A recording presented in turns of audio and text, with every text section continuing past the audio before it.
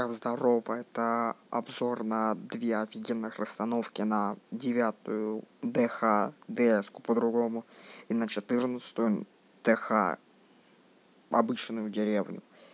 Как бы сказать, вот, я решил записать этот ролик. Большое вам спасибо за ваш актив гигантский, я просто очень рад. И, короче, я хочу такой небольшой эксперимент провести. Я закидываю ссылку на Donation Alerts. Кто может, сколько поскидываете, посмотрим, сколько вас, таких добрых. Ну а дальше уже выясним, что как. Просто надо себя тоже побаловать. Короче, типа, сорян, что начало минуту длится, слишком уж тормозит. Просто FPS прям крашнулся. Но нормально будет. Сами расстановки такие неплохие.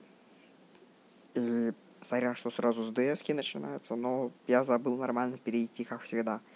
И вот эта расстановка, она буквально идеальна. Она и красивая, и хорошо защищает. Как бы не обращаясь на количество ресурсов. Это обычный нулс.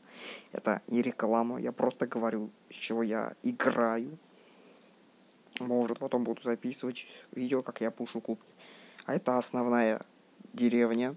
Вот, какая прокачка неплохая. В принципе, всем советую. Тоже и красивая, и безопасная. Хорошая защита. И вот хочу вам посоветовать эту расстановку, и хорошая прокачка не помешает. Желательно для этого иметь 14-ю ТХ. Ну, нежелательно, а так и надо, потому что по-другому никак. Типа, только 14 ТХ доступны есть ресурсы. А так, всем удачи, всем пока.